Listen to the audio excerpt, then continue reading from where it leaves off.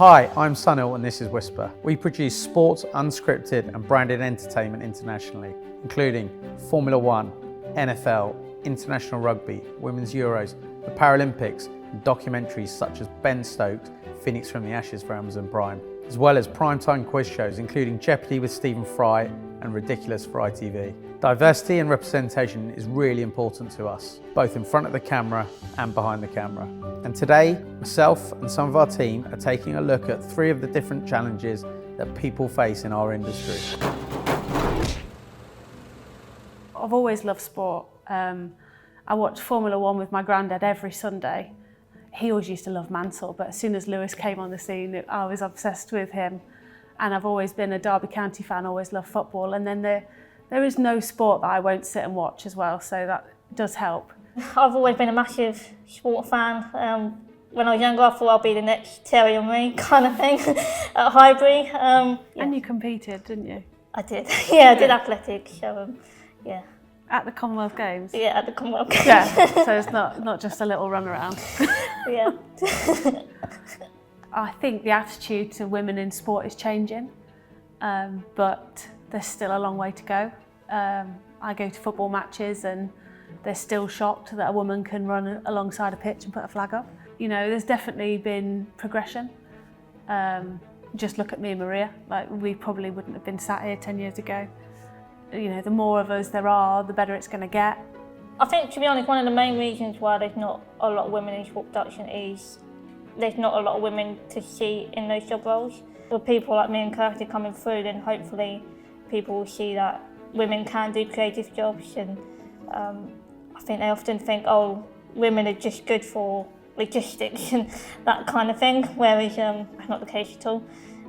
There's a lot more to the industry than that. Yeah, I think when people like us keep kind of taking these jobs and doing pretty well at it, I think that's when we'll start seeing more women coming through.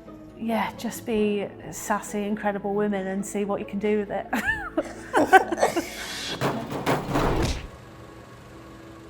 I think the good news is things are changing. When I started my career, I went into a business that was very one-dimensional, but we're now in a position where that company's changed and we're changing the landscape as well. I think it's important for me that we have diversity in our production teams because it gives us a full kind of spectrum of voices in the room when you're trying to create ideas. And ultimately, we should be reflecting the world we live in. It's important because it's hard. It's hard for people to get into this industry from different backgrounds, and I want us to be a place and a destination that people feel that they can come here, we can take risks and take a chance on people, and we've proved time and time again that we'll do that. For me, seeing those people come through and succeed and grow through the business, it just makes me double down on what we're trying to do here. It could be quite easy for people to assume there's things that you can't do and there's reasons why you can't do certain things, but it's all about saying, well, I might have struggles doing this, but actually I'm more than capable in doing this, this and this. It's all about being transparent. My main fear with my disability and applying for jobs was just where they are and how can I get there. I'd struggle with the tube a lot because I'm left-handed and everything's right-handed on the tube. So thankfully here in Kew, the station's overground, so I don't have to worry about any escalators. I'd say my biggest fear was including it on a CV.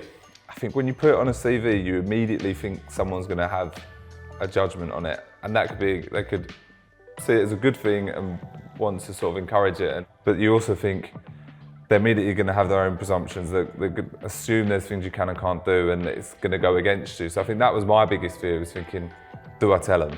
When someone realises I can't do something, they then overcompensate, and then they sort of, I don't know, part the Red Sea, I suppose, and but sometimes you don't want that. Sometimes you just want someone to say, oh, okay. Overcompensating is something that I had to live with a lot through school. And yeah.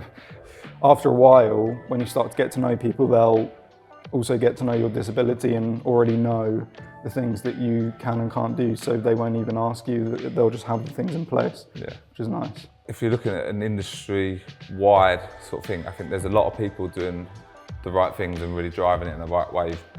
Whisper here themselves are all about diversity and really giving people like me, Callum, the opportunities. Well, especially here at Whisper, like you said, the company's always forward thinking and like, okay, right, you're here now, where do you want to go next? Which is really good. From my perspective, as I've gone through my career, I've become much more confident and comfortable with who I am, and that means being different. I'm different in many ways, not just because of the skin colour.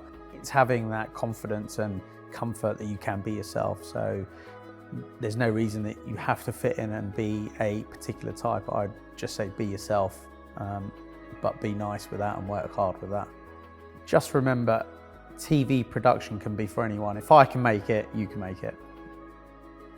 If you would like more advice or to find information to begin or further your own career, here are some brilliant organisations that might help.